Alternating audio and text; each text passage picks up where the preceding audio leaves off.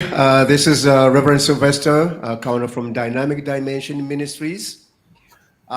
We come to present to you the new segment on our DDM podcast, and that we are starting today, the 28th of June, entitled Financial Empowerment Series or Financial Literacy Series that we'll start presenting here on this platform.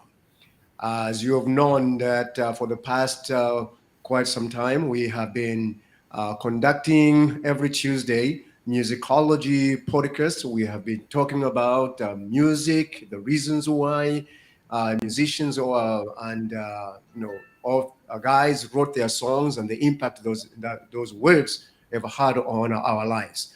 And so I had promised that we're going to be adding different segments to our podcasts here to be able to present to everyone as need arises. And one of the most important need that has risen has to do with the financial aspect of our individual lives, collectively, family-wise, nation-wise. And so this program is very, very important and very dear to my heart because it's something that I have found to be very, very helpful in my own personal life and a burden I've had for everyone out there who desire to improve their their financial well-being. And so today I do have some very interesting, lovely, wonderful, energetic gentlemen who are financial consultants who have helped me and in fact are still helping me right now, who have done very well. And they will be presenting this financial series to us. They come from Equitable Consulting Group, which is really a financial consulting organization that try to help as many as they can to improve their well-being. And I am so, so excited to have them today. One of them is the author of the book. I'm going to ask him some questions. His name is Orlando Houston. Easy to remember that name because Orlando is in Florida and Houston is in Texas. He's a guy who has two cities in one. So you can remember him just by that, Orlando Houston. And I have perused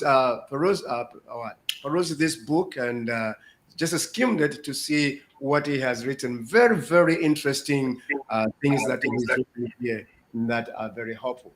And I would like him to just give us some highlights regarding this book and so forth. We'll talk about the book. And the other gentleman is John Carl Consul, a gentleman I met through our contact with California University. In fact, he's an alumni, not aluminum, alumni of California. He's a graduate from there. And ever since we have struck such a wonderful tone of relationship. And he's been coming over to our fellowship here at California Dynamic Dimension Ministries Church. And that's how I said to him, it's better for us we start something that many people can benefit from it.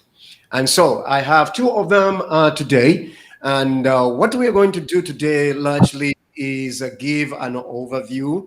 And these guys will talk about, the programs, the actual financial program itself, and the series that we look forward to start presenting in the coming weeks as we go along. Without further ado, what I would like to do is I want each one of these to talk about themselves briefly, and then we'll get into what we need to present. And so for now, I'll start with Orlando Houston. Please, if you can tell the audience who you are, what you have done, what you have accomplished, and what you look forward to do in this segment. Please. Yeah. Yep, thank you, Reverend Sylvester. So, hello, everyone. Yeah, my name's Orlando Houston, two cities. So, like Reverend Sylvester said, it's going to be pretty easy to remember my name if you ever are wondering how do I remember this guy's name. But yeah, I'm a financial consultant for a major firm here in Pittsburgh. I've been with the firm for over 11 years. Yeah, I've been working in the financial field ever since I left college. My major in college was economics, so that gave me some insight on a lot of the terminologies and strategies that I use today.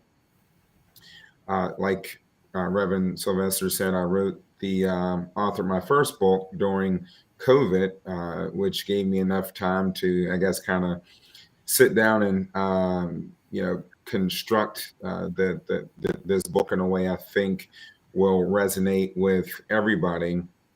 But like I said, I wrote it during COVID. It's called Thinking Your Way to Wealth: A Guide to Financial Independence.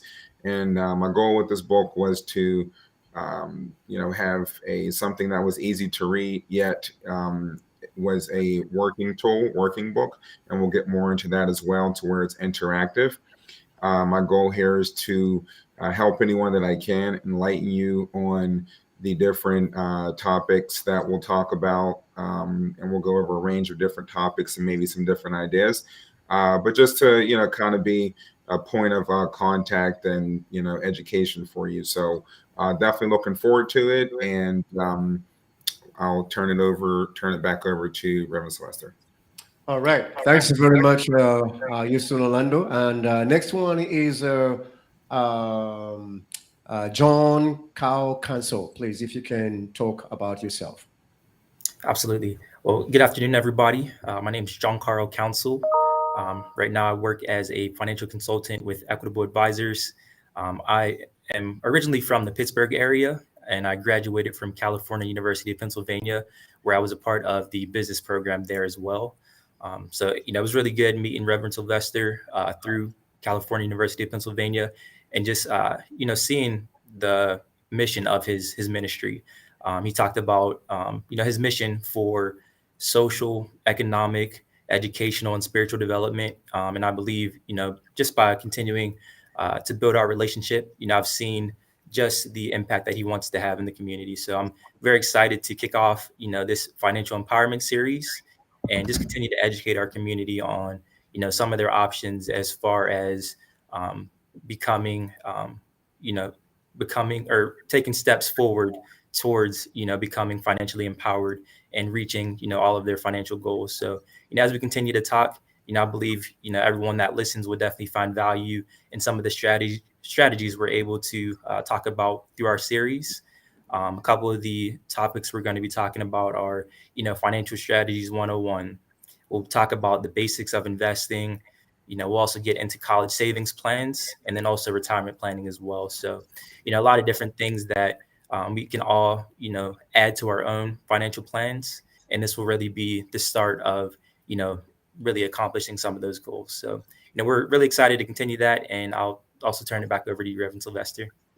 Wonderful, gentlemen. Thanks very much. As you can see, my friends, um, every one of us, we have a journey that we have traveled, and the whole purpose is really sharing those experiences with others, those who are coming up, and even those who are here. And not all of us are experts in everything.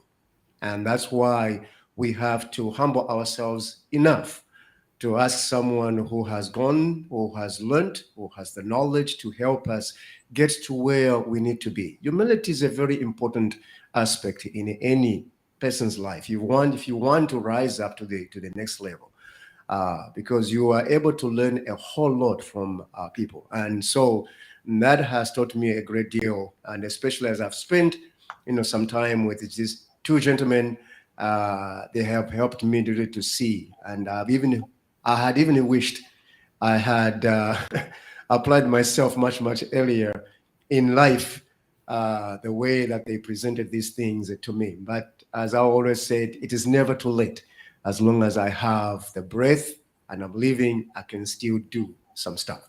All right. So I come back to Mr. Orlando. Mr. Orlando has written this book called Thinking Your Way to Wealth.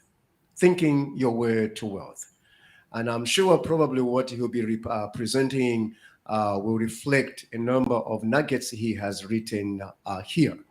My question to you, Mr. Houston, is what really prompted you to write this little, looks very thin though.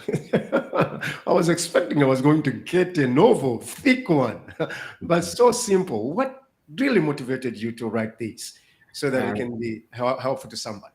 Tell us. Sure. Thanks. So, so first, I'll start from the second part of what you said. So the book was actually meant to be easy read. I thought about, writing a book, like you said, a very thick, book, but nowadays, and I'm not speaking for everybody, but a lot of times our attention spans are a lot shorter than what they used to be. Yes. So I wanted to write something that was easy to read. It didn't look intimidating. You didn't feel like you were going to have to spend days and days and weeks and months reading the book. So that was by disguise. That was on purpose. That the book is about 9-10 chapters. With that being said, to answer your question, what prompted me to write the book was, during COVID was pretty much a year that, we all did a lot of self-reflection. I think a lot of people kind of caught everybody off guard, right? Something that, hasn't happened in over 100 years.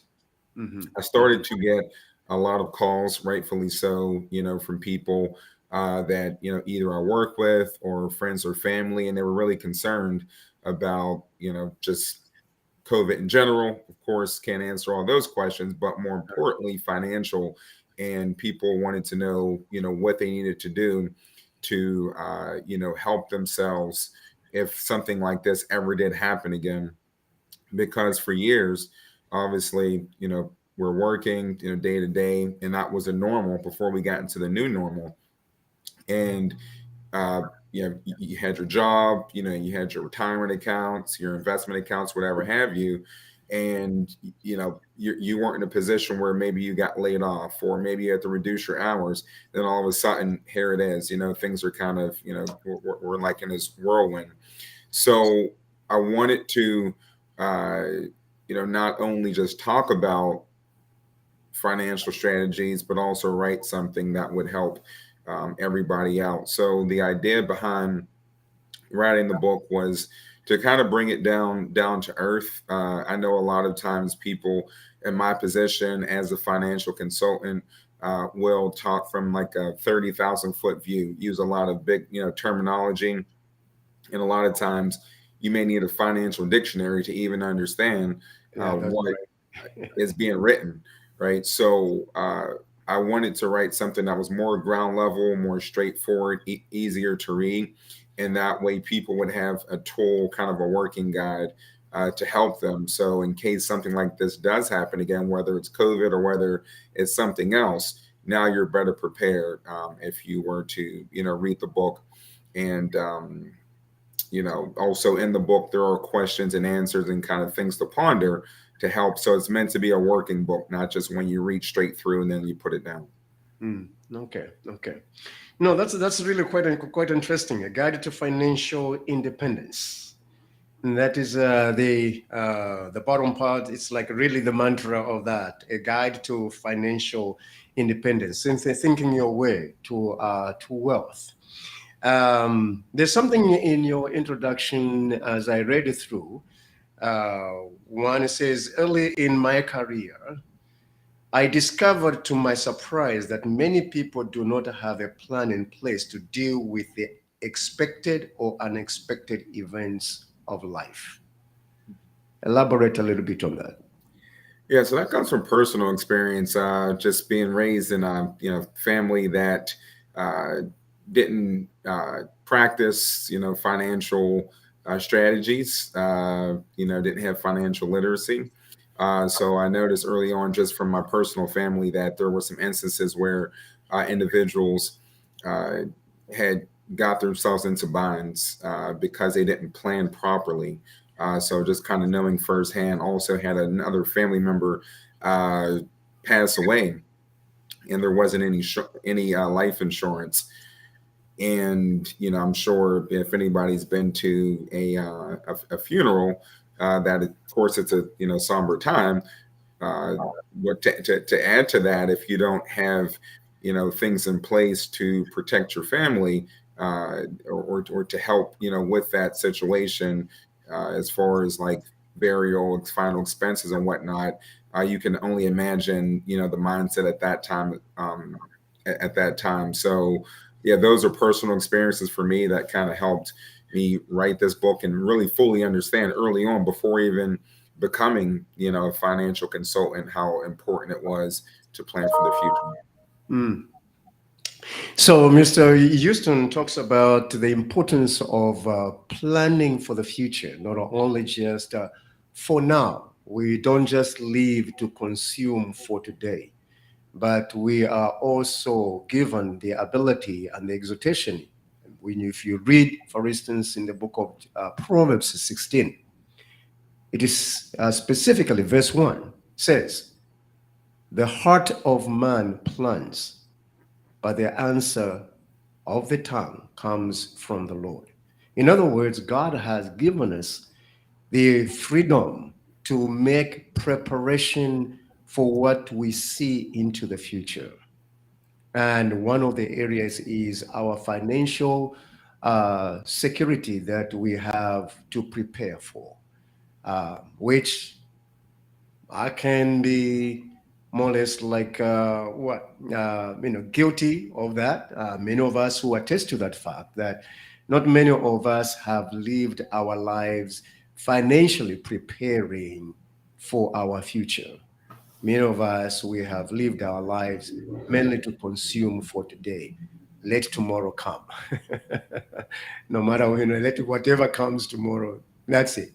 But God also, as you can see, He tells us we need to make some preparation for that. So we are going to see, we are going to talk about various things. There's one chapter here you talked about that.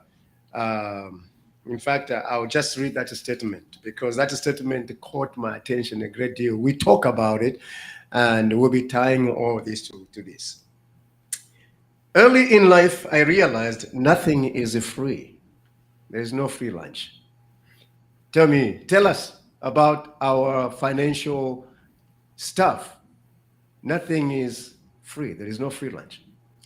Yeah, so there, in the title of that one is well, there's no such thing as a free lunch, right? Or there ain't no such thing as a free lunch, which was actually a term that, or slogan that I learned when I was going to Pitt on economics. Basically, everything costs, right? There's nothing free. So you're going to have, taxes, you're going to have fees and, different things like that. So you need to just prepare yourself for whatever endeavor. Of course, the cost of living, right, goes up every single year. So things over time continue to cost more and more money. So you want to make sure that you have the foundation set, to help yourself down the road with, paying for whatever it is. And like I said earlier, just from personal experience, before a financial consultant, I had to work for everything, right? You definitely have to work, you have to prepare, but you have to put yourself in place. And it's not good enough most of the time just to work and not put anything away. You want to prepare by putting your money in certain vehicles that are going to maybe earn for you while you're not, working for that money. Okay. Wow. We'll talk about those things. I tell you about toward the end. Let me come to John Carl. John, my question to you is, why did you get into the financial career when you could have done the engineering? Yeah, I think that's a great question. For me, I've been in the financial industry for about 2 years now, so I've learned a lot through my experience. Being with Equitable and learning from the number of great mentors here has definitely, put me in a position to continue to educate my community. And I believe that that is, my main motivation for being in this career is just, providing resources, providing education to my community. My mom as well is an educator. She also was a Cal U grad. So, I believe that there's a lot of teaching moments and teaching inspiration that I've experienced. And I just want to be able to provide that same platform, that same education to, everyone that I meet as well. So, all the financial tools and strategies that I'm learning, I believe that other people can benefit from them as well. And I look forward to, having the opportunity to share that with them through, different platforms like this podcast as well.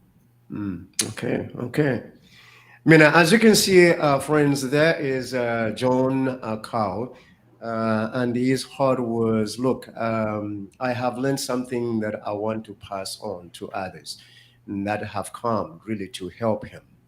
And as you're going also to see that we're going to have really a wide range of experiences of men and women who have seen the benefits of financial empowerment. Financial empowerment.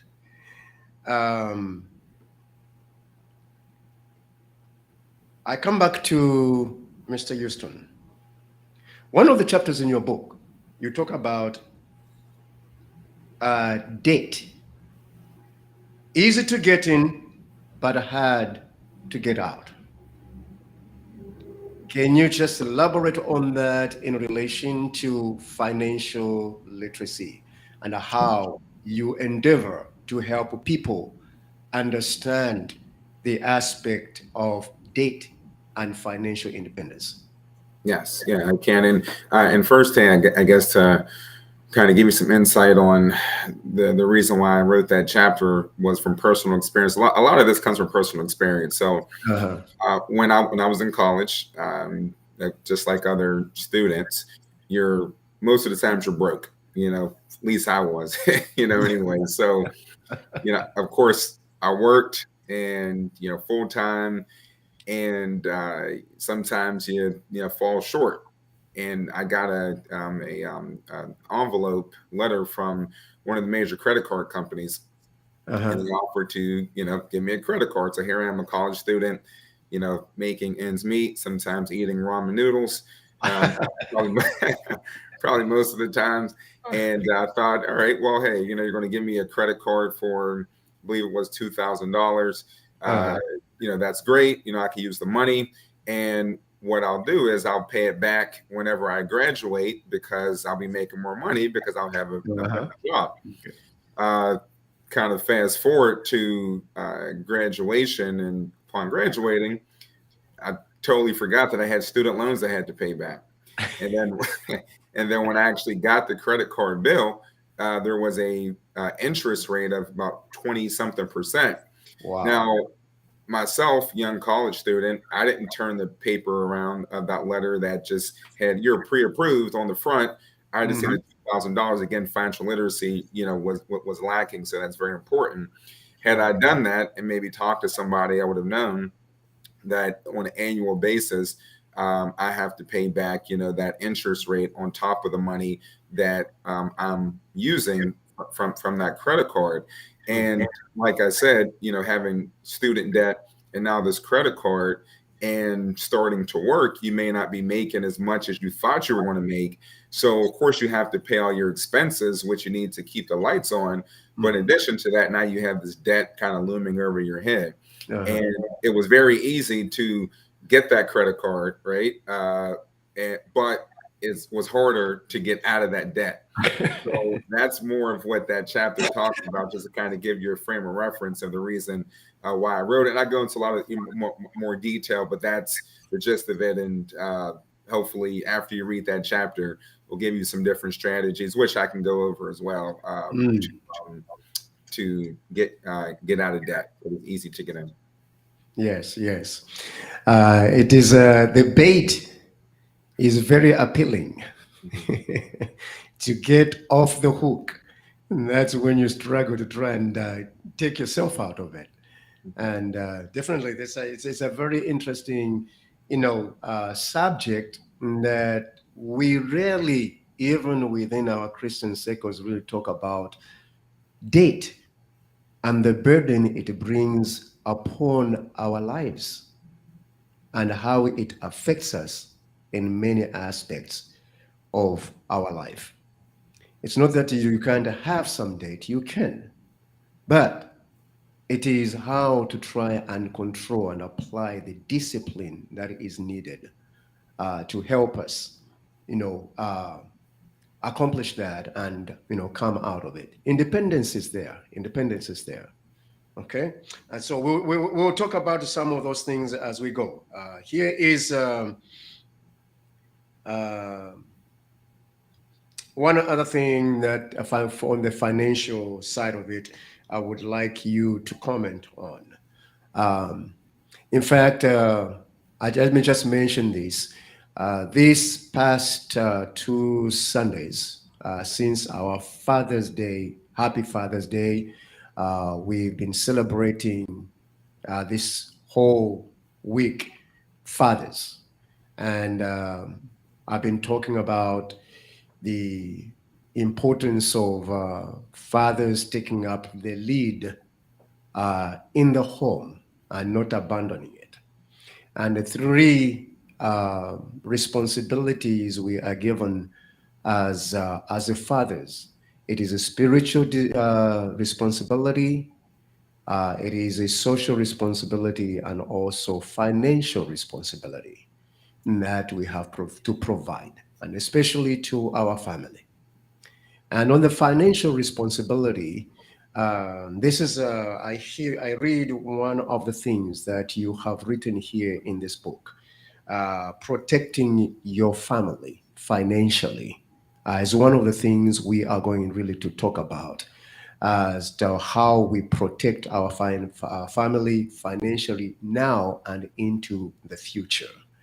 Can you just elaborate a little bit on that as to what you envision to help us toward that? Yep. Yeah. So there's a few different ways, many different ways actually, to protect your family. From a financial standpoint, like you had mentioned, Reverend Sylvester, protecting your family now.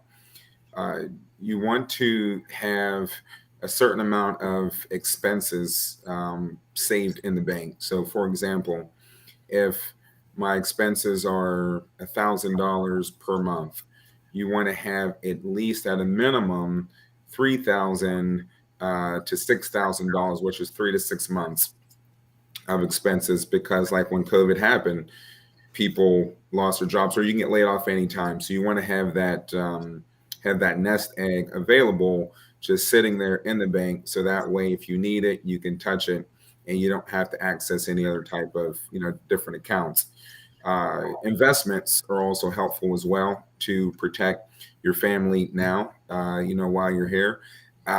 Reality is that each investment comes with different restrictions or abilities, things like that. So we can always delve more into that. But having those investments just available, just in case you don't have enough money set aside, which you always should have that emergency reserve set aside before you start doing any major investing, which I am a believer of. But anyway, you want to make sure that you have those things set up that you can get to in case your financial situation changes. As far as when you can't work and maybe you've gone through certain money that you want to have certain insurances, like there's disability insurance, things like that. So if you say your job doesn't have a certain amount of money that they're going to pay you through insurance, you want to make sure you have that. One of the questions I always ask clients is, if you weren't able to work tomorrow, how would you support your family? A lot of times the answer is, I don't know, I use whatever's in my bank account. So you want to make sure that if you can, you do have that type of insurance available for yourself. And a way to protect your family when you're not here, whenever, if you do predecease, your loved ones or people that depend on you, Insurance, life insurance, is one of the major ways that you're able to protect your family. There's a lot of different types of insurances. I won't get into all those right now, but I believe that that's the foundation of any plan that you have, because reality is, even if you start a retirement account today and you pass away tomorrow, or a month from now, that investment company isn't going to pay your beneficiaries the future amount of what that account will be. They're going to pay your beneficiaries what the current amount is. And if you're just investing for a month, it's not going to be what you desire it to be. Versus insurance, life insurance, it pays a death benefit, which is a much bigger amount, whatever you qualify for. So that pays out even if you put a certain amount in. So again, there's different stipulations with insurance, but to answer your question, those are the ways to protect your family here and later. Okay, so we are going to talk about all those aspects of financial protection for our families. As in our segments, we'll get more into those things. And so, thanks very much for sharing that thought. What addition can you make, Mr. John Carl? Anything you can make? Yeah, I do want to add that, as consultants, we meet with people from a range of different, financial backgrounds. But really, what this series is about is really empowering you to make some, good financial choices. So really sitting down with you, we want this workshop to be very interactive. So there will be a portion at the end that'll be a question and answer portion. So really, if you have any questions about any of the topics that we discuss, we can work with you individually or set aside some time to meet with you, one-on-one to answer some of those questions. And as Orlando and Reverend Sylvester were mentioning, really with this series, we're just really just trying to give back. A lot of different ways to do that, but really it starts by educating you on, some of those financial strategies. So yeah, we're definitely excited to kick off this series and just really explain more about, the work that we do with helping the people that we work with. Thanks very much. Two more things, but I'm going to sort of just read up three of your points that I found to be quite really interesting in here, which you'll be able to elaborate more. But all these is just laying the ground for more of the actual things that we're going to be looking forward to, like for next Tuesday. What we begin to think about, what would you like to present to the audience as we begin this and so forth, so that people anticipate and come with whatever questions they may have, so that they can formulate them in advance. Let me read this. I found it very, very interesting. Poverty is not a function of where you live or how much you earn. Financial poverty is the condition produced when you spend as much or more than you earn over a long period of time. Last, you should have 3 to 6 months in readily accessible savings to cover your expenses in case of an emergency or unexpected long-term financial setback. Mr. Orlando, your comment. Yes. So that concept is one that I think a lot of people don't think about or don't relate, poverty to mindsets. You don't. One thing is that your zip code doesn't always have to be the determining factor, which a lot of people think to, I guess, put you in that poverty, right? Poverty area. You can make whatever amount of money somebody can only desire to make and still be in a financial state of poverty. You could be house poor. You could spend more than you make.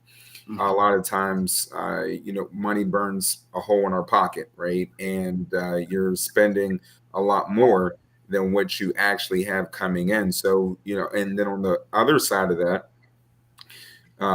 you can make a lot less money than what somebody would think is adequate to live. However, your money management creates that financial independence, because now you're not spending more than you're making, and you actually have a chance to save more money, retain more money than that person that makes a lot more money than you. So it's really, it's a mindset. It's not based on, your community. It's not based on a zip code. It's more about the management of what you have. So that's the reason why I kind of tied or made that comparison for the poverty. Okay, thank you so much for that. Last but not the least, question: why should I invest? So you should invest because you want to create some type of independence for yourself in the future. I mean, you can work for every dime that you get if you want, but you'll find yourself continue to work and continue to work, and maybe never get a chance to retire.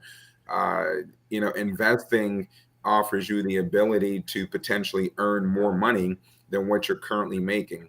And you don't have to work for that money. So there's a bunch of different type of investments out there for you that you can choose from. But you just want to make sure that you invest into something. Now, there's different ways to invest money, what time may be right, what time may not be right. But you want to make sure that you set aside some of your money to invest to create some type of independence for yourself, whether it's through, market investments, real estate, time, just different things, different ways to invest. And you should start now. And to your point earlier, Reverend Sylvester, you mentioned that, if you started earlier, right in your life. And I always tell people there's never a wrong time to invest money. We just have to be realistic with the expectations. Thank you. No, that is quite interesting, very, very much. And let me just make a little bit of some comment. And in fact, I did allude to that in my introduction before we started our program. I want again to bring the wonderful verse in our Christian circles we always sing as a chorus. We recite many of the times, and we feel good about it. And it's the words of our Lord Jesus Christ, who said, "Man shall not live by bread alone, but by every word that proceeds from the mouth of God." And as I said earlier on, this verse is very, very important to help us. But the tragedy we have fallen into is the imbalance we have presented this verse. We have put a larger emphasis on man shall not live by every word that proceeds from the mouth of God, and which is really important. Very, very important. But we have not put much emphasis on the preceding verses of that verse, where Christ says, "Man shall not live by bread alone." Just that. Okay? It is spoken in the negative, but let's put it in the positive. He's saying, man shall live by bread. But he says, not only by bread.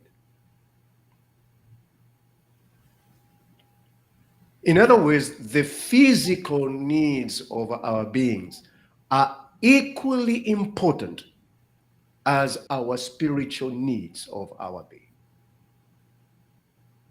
And that's why God is a Jehovah Jireh who supplies, but he also says, "I'll bless the work of your hands." In other words, he will provide. That's why financial literacy becomes a very, very important aspect of our life. You mentioned it earlier on in your presentation. We all have bills. We need gas in the car. We have to pay for electricity. We have to have food on the table. Just as much as you want to have your spiritual enrichment, there is also this physical side of it that is constantly calling you to pay attention to. And so, this, my friends, the financial literacy and what our friends are wanting to help us, is not just really getting by that God wants us to have. If God says, I want to make you a lender, you cannot lend what you don't have. You have to have access to be able to lend and still continue to live on what you have. And that's why this financial aspect of our faith is very vital that we pay attention to. And definitely it brings that independence. Independence. Able to do the things that when you don't have, you can't. But you can help someone you see in need of, and you take the little what you have and be able to share. Because that's one of the reasons of that. And so this program, as we look at it, it's a very, very important subject that we want to take it by the horns and see how we can learn, prepare ourselves in this area, and be a blessing to many people as a result. And so these two friends of ours are here who want to help us in the area of finances and how to prepare for it, investments, protecting the family, and to be a blessing, and investing in the lives of others. All many aspects of it which we'll talk about. But today we just wanted to sort of give an intro to the financial literacy. We have students who are graduating, they don't know what to do. And that becomes a way of bringing that education to them on the financial side of it, how they can take advantage of this education as such. And so, last but not the least, I'll let just Mr. Orlando just give us what you foresee as we move forward, like next week, what you would like to get started with, and what you have laid down that you want to present to the audience. If you can just give us some highlights. Yes. So going forward, we like to have a, series of certain topics. We want, of course, we can talk about every, topic there is out there, and, that would take, a long time, which, we could do, but we want to kind of segment it to be more structured, to start talking maybe about, one topic, whether it's, like we talked about today, protecting the family, debt, investments, things like that, to make it more structured. So that way, when the audience is taking notes, their notes are more structured, based on that presentation. Mm-hmm. And I feel like they would, definitely get more out of it that way. Also, if you have questions based on the chapters of my book, I can answer those at any time, kind of on the fly. But like I said, just something, that would help out the audience. And also, we would like it to be interactive if possible. I'm not sure on the logistics of that. But I know sometimes audience, people will get more out of it if at the end they're able to ask questions, because it may be something that, we're glossing over. Okay. For those of you who are watching, actually, you can do the chatting. If you have a question, you can feel free to on your cell phone or whatever device you are using. If you have a question, just type on the chat side of it and send the question. I can pick it up. I can pass on to the host, the presenters, so that those questions can easily be answered. For next Tuesday, What I'll do is I will just spend the time first of all for this with these two gentlemen afterwards. I'm going to post what we are going to be looking at next Tuesday, what we'll be presenting. So expect uh, an announcement by tomorrow as to what that presentation is going to be. And then also, we would like, for those of you who are watching, um, this is another thing we'll do. We want to see, to do the registration where people can register for this segment. And that way, at least we know who is there, and if we have to send some material to you, and that they feel they can share with you, they can do so. You can you can send your name or your email to my email address, Sylvester K at ddmllc.org. ddmllc.org, Sylvester K. And I will take your name and your email address, and then we should be able to put you as one of those.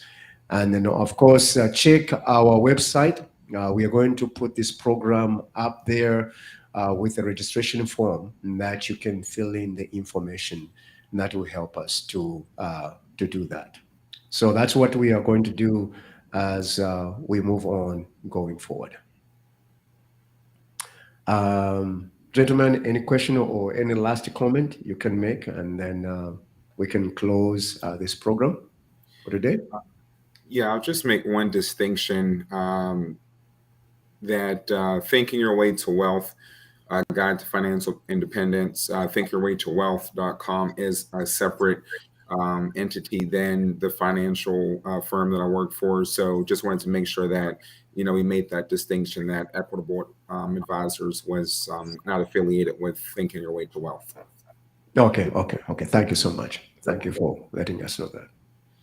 All right. Our program will be running roughly between 45 minutes, probably 45 minutes to an hour. But I will try to keep within 45 minutes. And if something else happens and so forth, we are late, please just prepare for an hour's segment of this program. And that gives us at least room for us to maneuver just in case of some things happen. There are some technical issues. We may not exactly start at 1 o'clock prompt and so forth. So that's why we want just to give ourselves that flexible time in which we can do everything that we need to accomplish. At this time, I just want to thank you, Mr. Orlando Houston and Mr. John Carl Council, for setting aside this time to share with us generally of the importance of financial literacy and or independency, empowerment that we begin today. And we really look forward more to what you have to share with us. And eventually, toward this, we are planning toward having an actual workshop here at Dynamic Dimension Ministries, that these gentlemen will come and do much of the presentation. Even on here, they are going to do some PowerPoint presentations, so be ready for those PowerPoint presentations they'll be giving to us. But we look forward to those moments. Thank you so much, gentlemen, for your time. And I look forward, and everyone else, to seeing you again next week on Tuesday. And thank you so much for every one of you watching. Thank you for the time. And so, bye for now. Thank you. Thank you.